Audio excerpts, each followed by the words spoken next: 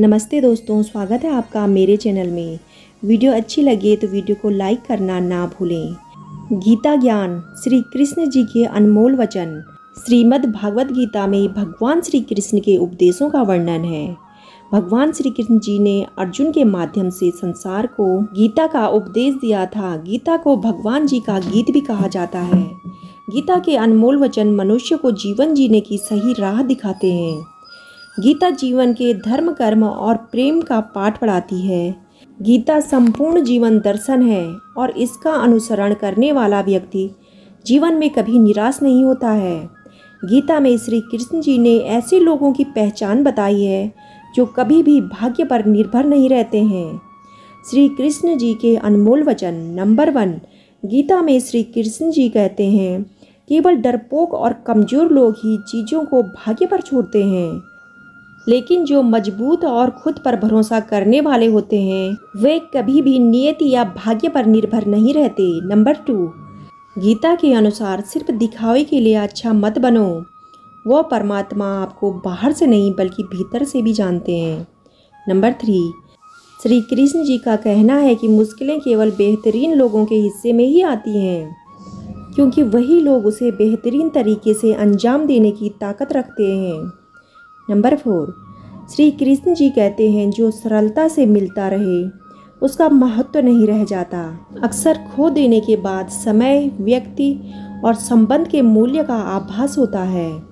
Number 5, Shri Krishna ji कहते हैं, शरीर नश्वर है पर आत्मा अमर है। यह तथ्य जानने पर भी व्यक्ति अपने इस नश्वर शरीर पर घमंड करता है, जो कि बेकार है। शरीर पर घमंड करने की बजाय मनुष्य को सत्य स्वीकार करना चाहिए। नंबर 6, आप खुश हैं या दुखी, यह दोनों आपके विचारों पर निर्भर है। अगर आप प्रसन्न रहना चाहते हैं तो आप हर पल में प्रसन्न ही रहेंगे। अगर आप नकारात्मक विचार लाते हैं तो आप दुखी ही होंगे। विचार ही हर व्यक्ति का शत्रु और मित्र होता है। नंबर 7, दूसरे का अन्न छीने। कृष्ण भगवान जी कहते हैं कि अपने और परिवार के सदस्यों की भूख मिटाने के लिए मेहनत से कमाए गए पैसों पर भरोसा करना चाहिए। कृष्ण जी ने साफ कहा है कि कभी किसी दूसरे के भोजन पर अपना अधिकार नहीं जमाएं, क्योंकि वह खाना भी किसी की मेहनत से कमाया हुआ होता है। इसलिए दूसरे लोगों के भोजन को देखना बंद करें। नंबर 8, दूसरे का धन न हड़पें।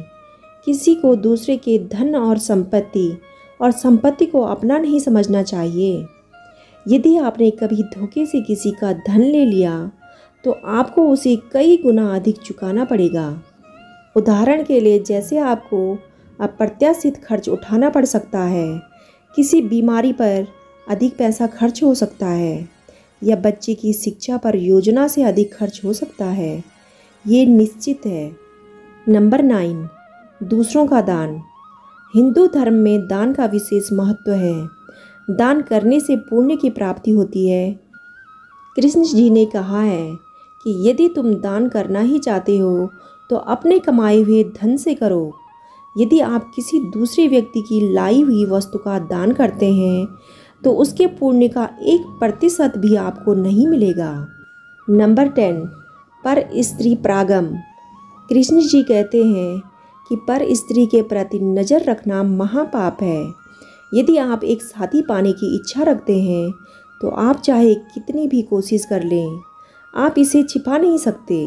इसलिए कृष्ण जी ने सलाह दी कि अपने मन और भावनाओं पर नियंत्रण रखें। अगर आप ऐसा करेंगे तो आपकी छवि खराब नहीं होगी और आपके परिवार वालों को कोई नुकसान भी नहीं होगा। नंबर 11, पर निंदा। गीता में कृष्ण जी कहते हैं कि किसी को भी कभी भी स्वयं की निंदा नहीं करनी चाहिए। अगर आप ऐसा करेंगे तो आप दूसरों के साथ साथ खुद को भी खो देंगे। आलोचना किसी के लिए भी बुरा समय शुरू कर सकती है। आप दूसरों के सामने गलत साबित हो सकते हैं। इसके अलावा निंदा करने वाले व्यक्ति पर कोई विश्वास नहीं करता और यहाँ तक कि वह प्रेम से भी वंचित हो जाता है। नंबर 12, श्रीमद् भागवत गीता में श्री कृष्ण जी ने अर्जुन को समझाते हुए कहा है कि हे अर्जुन, मनुष्य का सबसे बड़ा दुश्मन नींद, गुस्सा, थकान, डर और काम को टालने की आदत है।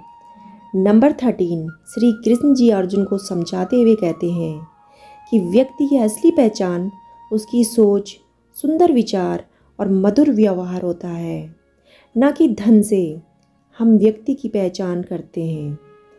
नंबर 14, श्री कृष्ण जी कहते हैं व्यक्ति के जीवन में अच्छे से अच्छा और बुरे से बुरा समय आता है, लेकिन कभी भी उसे उस परिस्थिति से घबराना नहीं चाहिए, क्योंकि व्यक्ति का समय उसकी सोच और विचारों पर ही निर्भर करता है।